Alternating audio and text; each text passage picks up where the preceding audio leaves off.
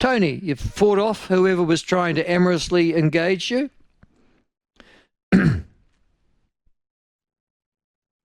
Unfortunately. Yeah, you're there? So we're back. Yes, I'm back again. Was somebody Sorry about attacking that. you? Probably some disgruntled ratepayer. Well, no, I actually was in the wrong room, and it's my mistake. So, sorry. Let's pick up when talking about surveys. Look, yeah, the City Council is part of. I mean, there's several surveys that have been done. Of course, recently there was a survey, a poll, an independent survey of the City Council by Better Wellington that raised a fair few things. We've also part of what they call a quality of life survey, which is what you were talking about, where several councils get together and they swap notes and they ask questions about, how things are going. And also the City Council does its own resident survey, and it was last done towards the beginning of 2024. And that was sort of a residential satisfaction survey. That survey, so one of the things that was interesting was the council came out and announced, in great palaver, under the title "Wellington is still a fabulous place to be," and had the sort of leading headline, of course, that 70% of residents rated it highly in the quality of life sort of survey. But what's happened is that the resident survey seems to have been suppressed, and this was only revealed earlier this week by Kiwiblog, who came out and actually went to the bottom. We went and got all the information in the full report, which was never released, and it sort of paints a somewhat different picture. And in some ways, it actually reflects, and this is the council's own survey, but it actually reflects what Better Wellington also discovered about the lack of satisfaction with the council's decision making, and is the council working in the best interests of the city? Okay, so what do people think of Wellington who live there then? Well, the council survey says that, for example, and they ask a lot of questions, that it's a great place to live. Yes, it's at 72%, but it used to be 95%. The city centre is lively and attractive has dropped from 88% to only 37%. So, this is and only 21% agree that the city council makes decisions in the best interest of the city. This is actually quite a damning survey, and it's very disappointing that the council hasn't sort of admitted to the fact of the dissatisfaction found in its own survey. It sort of seems to have sat on it, and it had to be pulled out by someone else. Don't all these surveys, though, I mean, I was just assuming, end up on your agenda and are publicly available, and you discuss them when you sit around the council table? No, not really. You're joking. They didn't really. They didn't. Well, looking back, they didn't come out and because these figures are, from a council survey point of view, I was not really aware that this is what that survey found, and it has had to be chased down, and it has been chased down by a member of the public who have done a legoima and got the full report, and then just read the report through, and it's quite. Yeah, I mean, the report was there, but it was sort of not highlighted.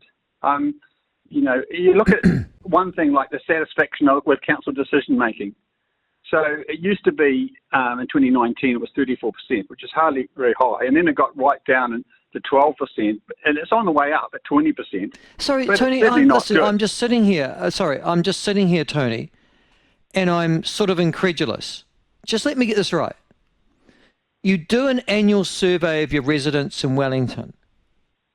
Your council then decides to publish the summary, which highlights the positive results, but it doesn't actually give its elected members a full copy of the report of that survey. Am I getting that right? Yes, as far as I can tell. And so the only reason that it's out there in the blogosphere at the moment is because Kiwi Blog, who is David Farah and his team, requested the full report under the Local Government Official Information Act. And that's how they've got it. And that's how you're seeing it, because it's a Legoima request from a member of the Parliament. This is not democracy. I know. This is why I think this, and it hasn't really come through. This is one of the things about our discussions is we can go and talk about how what is going wrong in the city, but the fact that the City Council doesn't recognise they've lost the confidence and is not willing to admit it, more importantly, not willing to admit it in public, is part of the problem. Okay, I'll just take you through some of those bullet points, Shirley, for our listeners. You were asked a question, and it's exactly the same question we used to ask in Wanganui. I feel a sense of pride in the way Wellington looks, and which is a fair question. That was 85%, it's now down to 50%. That's a huge drop. And then the one that I particularly enjoyed, but is truthful, I would have thought, the city centre in Wellington is lively and attractive. And that's dropped from 88% to 37%. So 2/3 of Wellingtonians don't think their centre city is lively and attractive, which is probably true, but nonetheless, this is the sort of information that your council is suppressing, not just from the public and from the media, but would appear from its very own elected members. Yeah. And you've made lots of comments about the city centre and how it's no longer where it is. And this just shows that everyone's recognised it. And we need to, my argument is that we're on the wrong track to fixing that or even recognising it. And there's other important things too. Easy to drive around the city is down from 51% to 34%. And it is. I tell you this morning, the traffic coming into Wellington with the rain, I'm sure that there was more congestion because the fair weather cyclists just got in their car and added to the congestion. The city is struggling to even just get people into work. And people are seeing that. 29% are satisfied with the availability of car parks during the week. And this whole strangling of the city, with converting everything to bus lanes and cycleways, they take out whole lanes for a cycleway. And of course, there's no fewer cars. People are not switching to cycling in large numbers. People are still trying to get to work. And to a certain extent, your only saviour is the fact that so many people work from home. The other thing that I noticed, the bullet point here too, was that overall, the Wellington City Council performance reports 29% of residents were satisfied, almost double that, 56% dissatisfied. These are terminal numbers. I asked a question about whether or not the Wellington City Council was really going to change its governance when the elections were later in this year. I'm sorry, mate. I'm looking at those stats. That's unsurvivable. Well, I know that the Better Wellington survey that included some information around whether the current mayor can, what popularity she's got, and also about the Golden Mile, which is unpopular 2-1.